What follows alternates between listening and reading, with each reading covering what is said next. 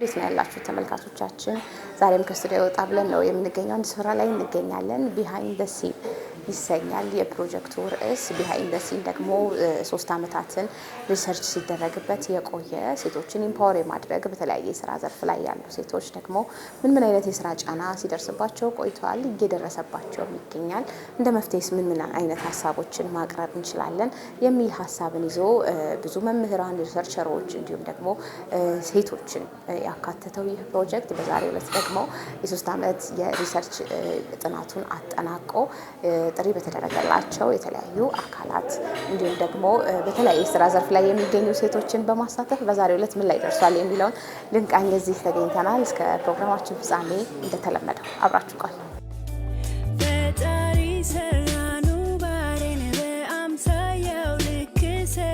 እኚህ እናት በጣም ትልቅ ድምፃዊት ነበሩ። የኢትዮጵያ ዘመናዊ ሙዚቃ ሲጀመር ከነበሩት መካከል ናቸውና አንድ ሰው ጋር በፍቅር ይወድቃል እና ይህ ሰው ከቤተ መንግስት ነበር። ቤተ መንግስት ሰው ነውና በል እንግዲህ ሽማግሌ ላክና ለቤተሰቦቼ ትዳር እንመስርት፣ ቤተሰብ እንስራ ይሉታል። እሺ ይላል። ሄዶ ለቤተሰቦቹ ይነግራል። ማን ናቸው? እከሊት ቢደነግጡም ምንም አላሉት። ችግር የለም እንልካለን አታስብ ይሉታል። በሚቀጥለው ሰንበት ሽማግሌዎች ተሰብስበው እሱም እያየ ይሄዳሉ። ሄደው ሽምግልናውን ደርሰው ይመለሳሉ። ይጠሩታል። ያው እንግዲህ ሄደን መተናል። የጠየቅናት ግን የእከሌ የደጃዝማች እከሌ ልጅ ናት። ያቺ ያልካትን ልጅ ቤተሰብ አልጠየቅም። ለምን? መጀመሪያ የሰባራ ዘር አርቲስት ማለት ጥበብ። ሁለተኛ ሴት ጥበበኛ። አስቡ፣ በየምሽቱ የምትሰራ ወታ ማትገባ ሰው ፊት የምትቆም ደፋር አይናውጣ በሉት እንግዲህ ዘርዘር እናርገው ካለ ይሄ ስለማይሆን ይሄ ተደርጓል አለ። እንግዲህ እሱም ከዛ መውጣት አይችልም። ለእኚህ ሴትዮ መልእክቱን ይነግራል። ሁለቱም ልባቸው ተሰብሯል። ነገር ግን የበለጠ የተሰበረው የድምፃዊቷ ነበርና አንድ እርግማን ረገሙ። ጌታ ሆይ የኢትዮጵያን ሕዝብ አዝማሪ አድርገህ አሳየን አሉ። ያ ስርዓት ፈረሰ። ደርግ መጣ። ደርግ መጥቶኝ ሴትዮ በረንዳቸው ላይ ቆመው ወደ ውጭ ሲያዩ የአካባቢያቸው ሴቶች ተሰብስበው አብዮቴ ማሮቴቴ ደግመሽ ታብያለ እያሉ እየጨፈሩ ሲሄዱ አይ ጌታ አንተ ምን ይሳላል አሉ ይባላል። ይሄ በጣም ቢተር ትሩዝ ነው፣ ግን ያለፍንበት ነው። የጥበብ ሰዎች በዚህ ውስጥ አልፈን ነው የመጣነው። ዛሬ ተቀይሯል ወይ? ያው እንደነ ፕሮፍ አይነት ሰው ያስተባበረው ጥናት ፍንትው የሚያደርገው የሚያሳየው ወይም ሼድ የሚያደርገው ላይት አለ። እኛ ደግሞ እንደ መምህር እንዳልኳችሁ ቅርብ እንደሆነ ሰው ብዙ የምናየው ነገር አለ።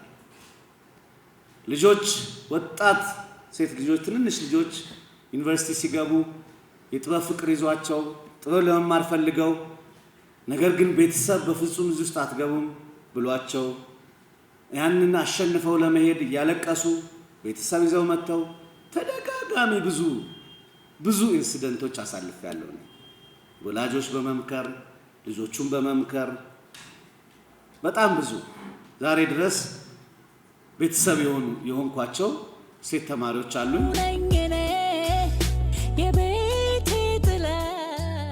እንግዲህ ይሄ ቢሃይንድ ዘ ሲንስ የሚለው ፕሮጀክት በፈጠራ ዘርፍ ያሉ ወጣት ሴቶች እና ስርዓተ ጾታ ኢፍትሐዊነት ወይም ኢኒኩዊቲ ምን ይመስላል የሚለውን ለማየት የሚሞክር ነው። በዛ ላይ ተግዳሮቶችን፣ ስኬቶችን፣ ፈተናዎችን ወጣት ሴቶች በዚህ ዘርፍ ላይ የተሰማሩ ምን አይነት ፈተናዎች ያጋጥሟቸዋል፣ ምን አይነት ስኬቶች ሳሉ፣ ምንድናቸው ችግሮች፣ ጾታን መሰረት ያደረጉ ስርዓተ ጾታን መሰረት ያደረጉ ችግሮች፣ መድሎዎች፣ መገለሎች እና ሌሎችንም ጉዳዮችን በዛ ዙሪያ ላይ መረጃ ለማሰባሰብ የሞከረ ጥናት ነው። በ3 ዓመት ውስጥ ብዙ ስራ ሰርተናል።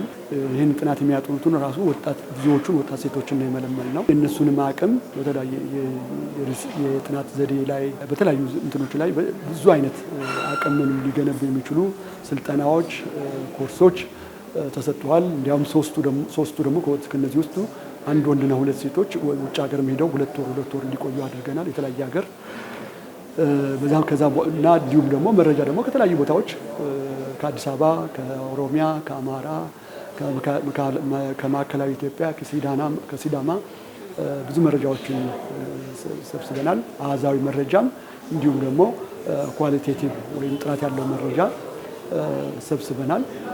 በዛ መሰረትም ደግሞ ብዙ ፖሊሲ ብሪፍ፣ ኤቪደንስ ብሪፍ፣ ትልቅ ሪፖርት እንዲሁም ደግሞ ዶክመንተሪ የተለያዩ ዶክመንተሪዎች ለህዝቡ ከወረቀት ባሻገር በድምጽና በምስል ተቀነባብሮ ለህዝቡ በሰፊው እንዲደርስ የተለያዩ ጥረቶችን አድርገናል እና በዛ ሁኔታ ውስጥ ነው ያለነው።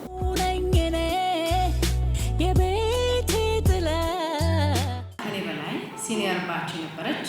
አንድ ጓደኛ ነበረች። በተውኔት ጨዋታና በግጥም ጽሑፍ በጣም ተስፋ የነበራትና በዚህ ችሎታም የምትታወቅ ልጅ ነበረች። ነገር ግን ይህ ችሎታ ቢኖራትም የደረሳት መደበኛ ትምህርት ሌላ ዘርፍ ማለትም በአዲስ አበባ ዩኒቨርሲቲ የኢንጂነሪንግ ትምህርት በመሆኑ የምትወደውን የትምህርት ዘርፍ መቀጠል አልቻለች። ታዲያ የኢንጂነሪንግ ትምህርት 2ኛ ዓመት ላይ ሳለች በዩኒቨርሲቲ ውስጥ በተውኔትና በስነ-ስዕል እንቅስቃሴዎች ላይ ለመሳተፍ ትሞክር ነበር። በዚህ ጊዜ ራሱን ዳይሬክተር የሚል ሰው አገኘች። እሱም በፊልም እንድትሳተፍ እርዳታ እንደሚያደርግላት ተስፋ ሰጣት። ያለፈውን ስራውን በማሳየትም ካሳመናት በኋላ ለፕሮጀክቱ እንደመረጣት ይነግራታል። እሷን በጣም ደስተኛ በመሆን ሂደቱ ሁሉ አልፋ በመጨረሻም ለመጨረሻ የቪዲዮ ቀረጻ ስራ ትጠራለች። ነገር ግን ወደ ቦታው ስትደርስ ነገሩን እንደጠበቀችው ሳይሆን ሌላ መልክ በመያዙ በጣም ትደነግጣለች። ይኸውም ዳይሬክተሩ በሆቴል ውስጥ በሚገኘው ገስት ሃውስ ውስጥ ካሜራ ሰራተኞችን መጠበቅ እንዳለባቸው በመንገር ካታለላት በኋላ ወደ ውስጥ ሲገቡ ጠብቆ በሩን በመቆለፍ አስገድዶ ይደፍራታል። ከዚህ ከባድ አደጋ በኋላ ታዲያ በጣም የተጎዳችው ይቺ ጓደኛዬ በኃይለኛ ድብርት ውስጥ ገባች። ትምህርቷን አቋረጠችና ከሁሉም ሰዎች ከቤተሰቧ እንኳን ሳይቀር ራቀች። በቅርቡ ስዕል መስራት ጀምራለች የሚል ነገር ሰምቻለሁ። ቢሆንም ግን አሁንም በስነ ልቦና አእምሮ ጉዳት ውስጥ ስላለች ከሰዎችም ከኔም ጭምር ያላት ግንኙነት ተቋርጧል። የዚህች ባለታሪካችን ታሪክ ደግሞ በዚህ ኤሪያ ዙሪያ ላይ ትኩረት ተሰጥቶት ጠለቅ ባለ ሁኔታ በተለይ ከአካዳሚኩ ሳይድ ተነስቶ ዳሰሳ ተደርጎ እዛ ላይ ያተኮሩ ጥናቶች በሰፊው አልነበሩም። በተለይ ደግሞ አብዛኛውን የክሪኤቲቭ ሴክተር የሚነካካ ጥናት እንደዚህ በጣም ብሮድ የሆነ ጥናቶች አልነበሩም እና ከዛ ተነስቶ ነው ይሄ ጥናትን ለማድረግ የታሰበው። ይሄ የክሪኤቲቭ ሴክተሩ ብቻ ስትራግል የሚያደርግበት ወይም ደግሞ አሁንም አድሬስ ለማድረግ የሚፍጨረጨርበት ብቻ አይደለም። በእያንዳንዱ ሴክተር ላይ ስንሄድ ሴቶች ተሳታፊነትን በተመለከተ የሚያሳዩት መረጃዎች ክፍተት አለ። ሴቶች በበቂ ሁኔታ ተሳታፊ አይደሉም። የተለያዩ ሴክተሮች ወይም የስራ ዘርፎች ላይ አብዛኞች ወንዶች ዶሚኔት የሚያደርጉት ሴክተሮች ናቸው። ተጠቃሚነትም ላይ ራሱ ክፍተት እንዳለ በሰፊው ያሳየናል። ስለዚህ ይሄ አሁን የክሪኤቲቭ ሴክተሩ ችግር ብቻ ሳይሆን የማህበራዊ ችግር ነው። የማህበራዊ ችግር እንደሆነ መጠን ደግሞ ስር የሰደደ ነው። ሴቶች በተለያዩ ሴክተሮች ላይ በምን ያህል መንገድ መሳተፍ አለባቸው፣ እንዴት መሳተፍ አለባቸው፣ እንዴት ተጠቃሚ መሆን አለባቸው። በተለይ ደግሞ ይሄ ረዳት አይነት ነገር ሆኖ ወይም ተለጣፊ ሆኖ ብቻ ሳይሆን በመሪነት ዲሲዥን ሜከር ሆነው እንዴት መምጣት ይቻላል የሚለው እስከዛሬ ድረስ እናጠናው የነበረው ወደፊትም የምናጠናው ነገር ነው። ስለዚህ ይሄ ችግር ወይም ይሄ ክፍተት የክሪኤቲቭ ሴክተሩ ብቻ ክፍተት አይደለም። ይሄ የማህበራዊ ችግር አንዱ ዋና ብለን የምናየው እስካሁን የምናጠናው አንደኛው ኢሹ ነው ማለት ነው። ስለዚህ ወደ ክሪኤቲቭ ሴክተሩም ስንመለከት ይሄ የማህበረሰቡ መገለጫም ነው። ስለዚህ በዛም ሴክተሮች ውስጥ የተለያዩ ክፍተቶችና ችግሮች አሉ። በተለይ ወጣት ሴቶች በክሪኤቲቭ ሴክተር ውስጥ ሰክሰስፉል ሆነው ቤተሰቦቻቸውን የማስተዳደር ኢቭን ክብር የማይሰጣቸው ራሱ ዘርፎች አሉ፣ የክሪኤቲቭ ዘርፎች አሉ። ያ ችግር እንዲህ በቀላሉ በአንድ ጥናት ወይም ደግሞ በአንድ ጊዜ የሚቀረፍ አይደለም፣ ሂደት ይፈልጋል። የማህበረሰባዊ ለውጥ ያስፈልጋል፣ የአመለካከት ለውጥ ያስፈልጋል። ስለዚህ እዛ ላይ ብዙ መሰራት አለበት። ስለዚህ በአንድ ጥናት፣ በአንድ ፕሮግራም፣ በአንድ ፕሮጀክት ብቻ የሚቀረፍ ችግር አይደለም። ለዛም ነው ጥናት አድራጊዎቹም በስራቸው ላይ ያንን ያመለከቱት። በፊትም የነበረ አሁንም ያለው ወደፊትም የሚኖር ነው ብለው ያስቀመጡት ከዚህ ተነስተው ነው። ብዙ ስራ እንደሚጠብቀን ነው የሚያሳየው። ቢቲኤስ ኢትዮጵያን የተቀላቀልኩት ከ2 ዓመት በፊት ነው። አስተምረውም ትምህርት ተማሪዎች ክሬቲቭ እንዲሆኑ የሚያደርግ ነው እና ደግሞ ከማስተማር ጎን ለጎን ሪሰርች ኤንድ ኮሚኒቲ ሰርቪስ ላይ በጣም እሳተፋለሁ። ከዛ ደግሞ ኢንሪል ክሬቲቭ ሴክተሩ ላይ ያለውን ስፔሻሊ ሪጋርዲንግ ዊዝ ውመን በደንብ ይገባኛል። ስለዚህ ብዙ ምክንያቶች ናቸው ወደዚህ ያስገቡኝ ብዬ አስባለሁ። ቢቲኤስ ደግሞ ቲሙ በጣም ጥሩ ነው፣ በጣም ኢነርጄቲክ ነው። ፕሮፌሰር ጌትነት ጥሩ ሪፑቴሽን አላቸው እና እነሱንም ሳይ በእርግጠኛነት ኢምፓክትፉል ሪሰርች እንደሚሆን እምነት ስለነበረ ነው ጆይን ያደረኩት እና እውነትም እንዳሰብኩት ነው። ያው መጨረሻ ላይ ደርሰናል። የሰው ልጅ እስከኖረ ድረስ የተለያዩ እይታዎች በተቀየሩ ጊዜ ሪጋርዲንግ ዊዝ ውመን በክሬቲቭም ሆነ አይደለም ረጅም ጊዜ ሊፈጅ ይችላል ከዛ አይነት አስተሳሰብ ለመላቀቅ ብዬ አስባለሁኝ። እውነት ነው። አሁን ቀድሞ ከነበሩት የተሻለ በሴቶች ላይ ስለሚደርሱ ጫናና ከስርዓተ ጾታ ጋር ተያይዞ ስላሉ ድክመቶቻችን በስፋት ሲነገር እንሰማለን። ግን አሁን ያለው የጫና አይነትና ድሮ በእናቶቻችን ወይ በአያቶቻችን ዘመን ያለው ጫና የተለያየ ነው። ግን ስቲል ጫናዎቹ አሉ፣ ይዘናቸው እየመጣንም ያሉ ነገር ደግሞ ልጆቻችን የልጅ ልጆቻችን ፌስ የሚያደርጓቸው አዲስ መልክ ያላቸው ጫናዎችም እንደሚፈጠሩ ማየት እንችላለን። ቢካዝ ይሄ የቅብብሎሹ አይጠፋም፣ ግን ከጊዜ ወደ ጊዜ ሚኒማይዝ ማድረግ ይቻላል፣ ነገሮች ማሻሻል ይችላሉ፣ የተጽዕኖውን መጠን የጉዳቱን መጠን መቀነስ ይቻላል። ለዛም ነው እንደዚህ አይነት ምርምሮች በየጊዜው የሚካሄዱት። በጣም ብዙ ፈንድ ተደርጎባቸው ብዙ ተመራማሪዎች ጊዜያቸውን፣ አቅማቸውን፣ ጉልበታቸውን ኢንቨስት አድርገው እንደዚህ አይነት ጥናቶች የሚሰሩት ለማጥፋት ሳይሆን የሚጠፋ ነገር ስላልሆነ ለመቀነስ ነው፣ ኢምፓክቱን ለመቀነስ። መልኩ እየተቀያየረ ሊሄድ ይችላል፣ የመጠኑ ብዛት እየሄደ ሊሆን ይችላል። እውነት ነው የሆነ ቀን የሆነ ኢንዲንግ ፖይንት ባይኖረው ብዙ ተጽዕኖዎችን ልናስተውል የምንችልበት ጊዜ ይመጣል ብዬ አስባለሁኝ። ሲጀመር ጀምሮ ነው እኔ አብሬ የነበርኩት እንግዲህ 3 ዓመት ሆነ ማለት ነው።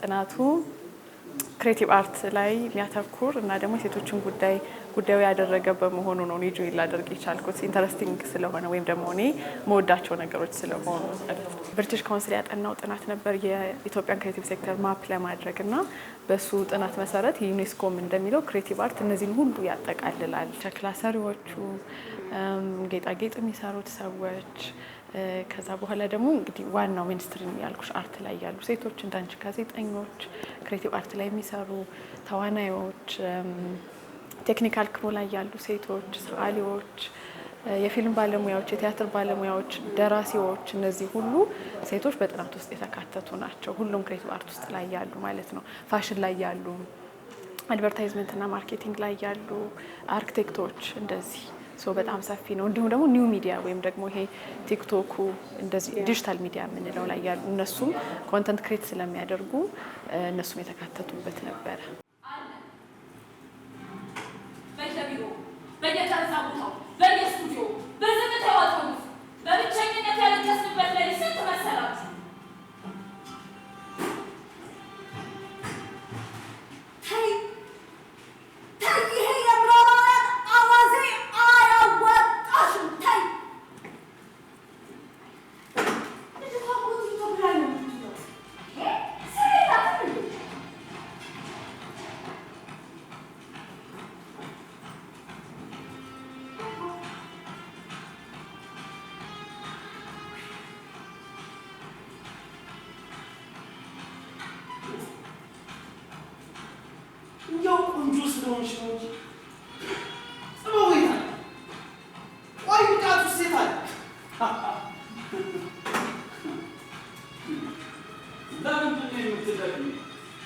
ሁነኛ ሰው ካላገኘሽ ብቻ የትም አትደርሱ።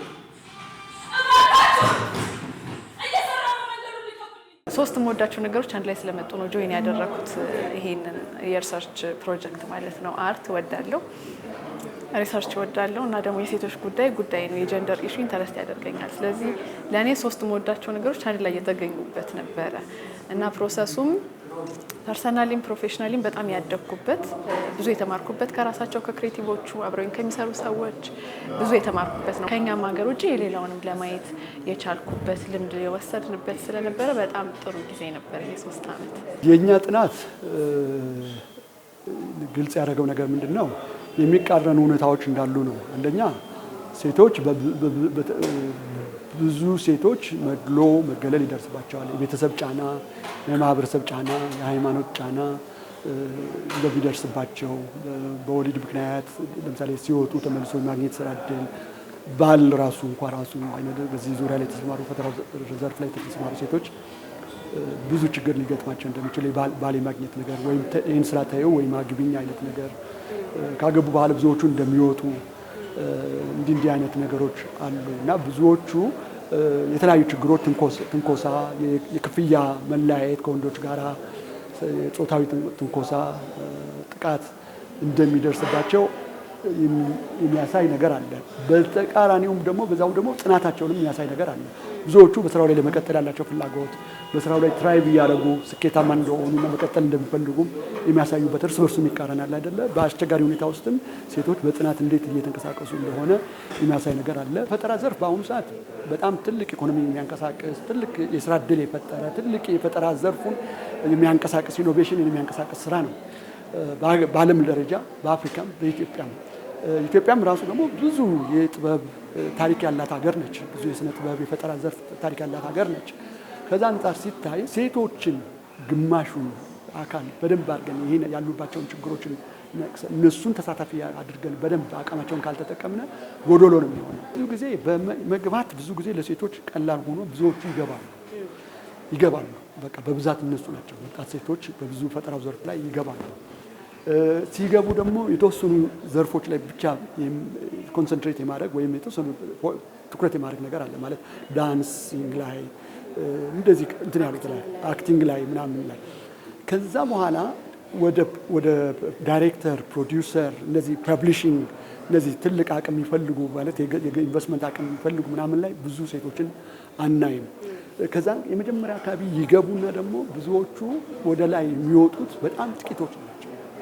ወደ ወጥተው በቃ እንትን የሚሉት በጣም የተወሰኑ ናቸው እና እንዲያውም አንዱ እንትን መሆን ያለበት እነዛን ስኬታማ የሆኑ ሴቶችን ሞር እንዲመጡና እንዲያው እነሱም ራሱ ይህንን ነገር ሞር አድቮኬት እንዲያደርጉ አምባሳደር እንዲሆኑ ማድረግ ጠቃሚ ይመስለኛል። እና ስለዚህ ዛሬም የተገናኘ ነው አንዱ ለዚህ ነው። እንዴት አድርገን ይህን ጥናት ወደ ህብረተሰቡ እንውሰድ፣ ሼልፍ ላይ መቅረት የለበትም ወይም ደግሞ ሲምፕል አካዴሚክ ኤክሰርሳይዝ ሆኖ በትምህርት ላይ ጆርናሎች ላይ ታትሞ ምናምን መቅረት የለበትም በሚል አንደኛ ፖሊሲ ብሪፍ አዘጋጅተናል። በጣም አጭር የሆነ ምን አንኳር የሆኑ የጥናት ውጤቶችን አውጥተናል። እነዛም ምን መደረግ እንዳለበትም አመላክተናል። አጭር የሆኑ ትልቅ ሪፖርትም 2 አይነት ሪፖርት በዚሁ አዘጋጅተናል።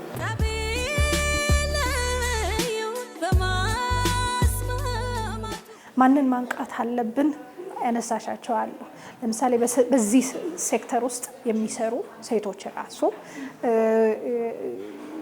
ስለ ስራው ዘርፍ ራሱ ምን አይነት እውቀት አላቸው፣ ምን አይነት ስኪልስ አላቸው፣ ምን አይነት ክፍተት አላቸው፣ ያንንስ ለማስተካከል ለማጎልበት ምን ስራ መሰራት አለበት የሚለው አንደኛው ነው።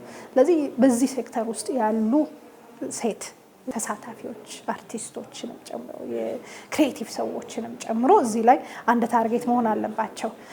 በዚህ ስራ ዘርፍ ውስጥ ያሉ ወይም በዚህ ሴክተር ውስጥ ያሉ ወንዶች ምክንያቱም ይሄ ሜል ዶሚኔትድ የስራ ዘርፍ ነው ወይም ሴክተር ነው እስካለን ድረስ በዚህ ዶሚናንት ሆኖ እስካሁን ድረስ ሴክተሩን ሲያንቀሳቀሱት የነበሩት ላይም የአመለካከት ክፍተቶች ይኖራሉ፣ የአስተሳሰብ ልዩነቶች ይኖራሉ። ስለዚህ እንዴት ነው ሴቶችን የምናሳትፈው? ዝም ብሎ ቁጥር መጨመር ብቻ ሳይሆን እንዴት ነው ያላቸውን ስኪል ላይ ቢልድ ማድረግ የሚቻለው፣ ወደፊት ማምጣት የሚቻለው፣ እንዴት ነው ኮላቦሬት ማድረግ የሚቻለው የሚሉትን ላይ በደንብ የአመለካከት ለውጥም የፕራክቲስ ለውጥም ያስፈልጋል። ስለዚህ ሁለቱም ግሩፖች ላይ ስራ ይጠይቃል። ታዳሚው ወይም ደግሞ የዚህ ሴክተር ውስጥ ኮንሱመሩ ማለት ነው እዛ ላይም ስራ መሰራት ያስፈልጋል።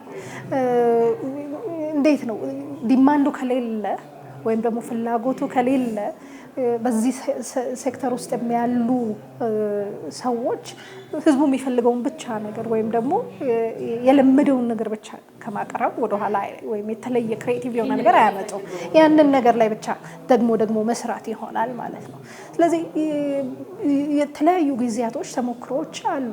ምናልባት በቲያትር ዘርፉ ለምሳሌ እንደ አዜብን የምትመለከቺ የውጭ ሀገር ድርሰቶችን ወደ አማርኛ ተተርጉሞ ኦል ፊሜል ካስት ተደርጎ ያን ጊዜ በጣም ያልተለመደ ለምሳሌ ስራ ነበረ። ሚዲያውን ተጠቅሞ ህዝቡንም ተጠቅሞ ወይም ታዳሚውንም ተጠቅሞ ወደ እነሱ ጋር የማምጣት ስራ ተሰርቷል። ለምሳሌ አንድ ጊዜ የማስታውሰው ያንን ነው። እንደዚህ አይነት ነገሮች ዋንስ ኢን አ ብሉ ሙን የሚከሰቱ ወይ የሚሰሩ ስራ መሆን የለባቸው። ስለዚህ ታዳሚውንም ላይ መሰራት አለበት፣ የአመለካከት ለውጥ መኖር አለበት። እኛም ደግሞ ዲማንዱን ክሬት ማድረግ አለብን። በክሬቲቭ ሴክተር ውስጥ ያሉት ህዝቡ የለመደው ይሄ ነው ብቻ ብሎ መስጠት ብቻ ሳይሆን አዲስ ነገርም ሊፈልግ ይችላል። ያንን እንዴት ነው ባህሉን ቻሌንጅ የሚያደርግ ሊሆን ይችላል፣ አመለካከትን ቻሌንጅ የሚያደርግ ሊሆን ይችላል፣ ከለመደው ወጣ እንዲል የሚያስገድድ ነገር ሊሆን ይችላል። ያንን የማምጣት ግዴታ አለብን። ስለዚህ በሁሉም ዘርፍ ነው መሰራት ያለበት። ፖሊሲ አውጪዎች ትልቁን ሚና የሚጫወቱት ፖሊሲ የሚያወጡት እነሱ ናቸው አይደለ? በአዳት ሌቭል ለምሳሌ ስለ ክሬቲቭ ሴክተሩ ምን ያህል ያውቃሉ? ምን ያህል ግንዛቤ አላቸው? ምናልባት ክሬቲቭ ሴክተር ሲባል ወይም ስለ ፊልም ኢንዱስትሪ ወይም ደግሞ ስለ ቲያትር ኢንዱስትሪ ወይም ስለ ሙዚቃ ብቻ ተደርጎ ሊታሰብ ይችላል። አሁን ጥናቱ ላይ ለምሳሌ ወደ 12 ዘርፍ ማፕ ተደረገ። አንዳንዶቹ የክሬቲቭ ዘርፍ አካል ናቸው ብለን ያላሰብናቸው እዛ ውስጥ አሉ። ስለዚህ የአመለካከት ለውጥ፣ የስኪል ጋፖችን፣ የካፓሲቲ ክፍተቶችን በሁሉ ዘርፍ አይደንቲፋይ እየተደረገ መሰራት ያለበት ስራ ነው ማለት ነው። ሴቶችን ብቻ ስላነቃሽ ስላስተማርሽ ትልቅ ቦታ ስላደረሽ ራሳቸውን ከተለያዩ ጥቃቶች ዲፌንድ እንዲያደርጉ ስላደረግሽ ብቻ እነዛ ተጽዕኖች ይቀራሉ ማለት አይደለም። እንደ ማህበረሰብ ነው የምታድጊው፣ አስተሳሰብ ነው የሚያድገው። ልጆች ከልጅነታቸው ጀምሮ በራሳቸው መብቃት እንደሚችሉ ሌሎች ማህበራዊም ሆነ ኢኮኖሚያዊም ሆነ ሌሎች ተጽዕኖች ሲያሸንፏቸው እኛ እንደቀረ ነው እናቶቻችን እንደቀሩት ወይም ወደፊት ሊከሰቱ የሚችሉ ተጽዕኖችን የሚገዳደሩበትን ጉልበት የምትሰጫቸው ሁሉም ላይ ስትሰሪ ነው። ስለዚህ አዲሱ ትውልድ ላይ ትሰሪያለሽ፣ አሁን ያለው ማህበረሰብ ላይ ትሰሪያለሽ፣ ራሳቸው ሴቶች ላይ ትሰሪያለሽ። የተለያዩ ተቋማትን ማዳበር ይኖርብሻል። ጀስት የተለየ ሴቶች ጥቅም እንዲያገኙ አይደለም። አሁን ይሄ ፔፐር እንትን የሚለው አብዛኞቹ ከስርዓተ ጾታ ጋር የተገናኘ ጥናቶች የሚሰሩትም ሴቶች ከወንዶች ወይም ከማህበረሰቡ የተለየ ጥቅም እንዲኖራቸው ሳይሆን አብዛኞቻችን የምንሰራው ከተጽዕኖች የተላቀቀ አዳዲስ ሴቶች እንዲፈጠሩ ነው። ስለዚህ ሁሉም ላይ ነው መስራት ያለብሽ፣ በየዘርፉ ኢኮኖሚም፣ ፖለቲካም፣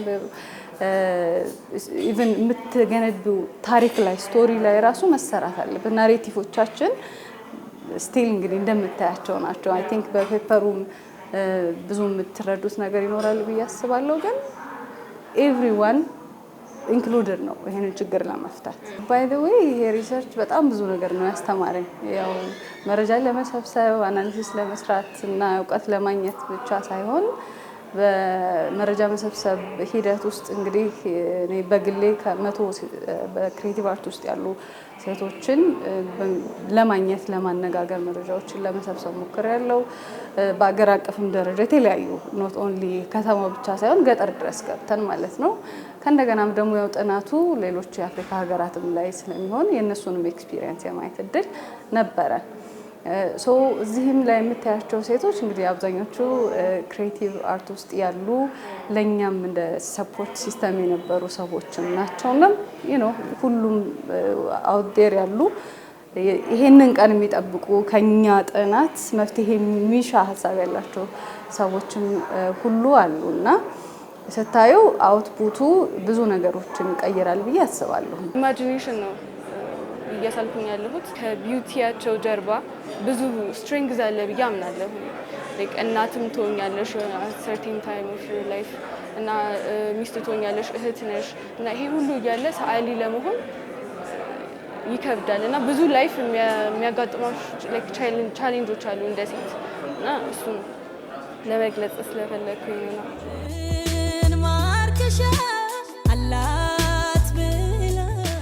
ዳይሬክቲንግ፣ የኮንተንት ክሬቲንግ፣ ቲያትር፣ ፊልም፣ ሙዚቃ፣ ስነ ጽሁፍ እንዲሁም የእኛን ሙያን ጋዜጠኝነትን ጨምሮ በርካታ የስራና የፈጠራ ስራና የክዋኔ ስራዎች ላይ ያለው የሴቶች ተሳትፎ አናሳ መሆኑና ጾታን መሰረት ያደረገ ጫና ይስተዋልባቸዋል የተባሉ የሙያ ዘርፎች እንደሆኑ የዛሬው የቢሃይንድ ዘ ሲን ፕሮጀክት ዋነኛው የጥናታዊ ጽሁፍ ሀሳብ ሆኖ አግኝተነዋል። ታዲያ ይህን ክፍተት ለመሙላት ደግሞ ሴቶችን ማብቃት ብቻውን በአንድ እጅ ማጨብጨብ ያህል ስለሆነ ማህበረሰብን ማንቃት፣ ጠንካራ የሆነ የህግ ማዕቀፍ ማበጀትና መሰል ሌሎች ሀሳቦች ሲንሸራሸሩ ቆይተዋል። በእለቱ ደግሞ ጥሪ የተደረገላቸው ሰዎች፣ አመራሮች እንዲሁም ደግሞ በርካታ በተለያየ የሙያ ዘርፍ ላይ የሚገኙ ሴቶች ተገኝተውበታል።